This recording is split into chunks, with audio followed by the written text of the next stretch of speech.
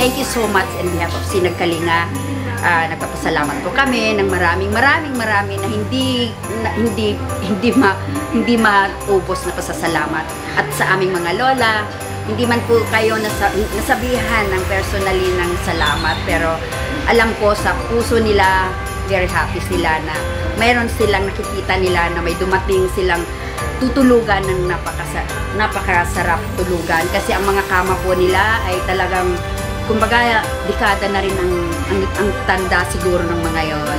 So, talagang blessing po ang Eurotex. Thank you so much. God bless you. We love you. Bye-bye po.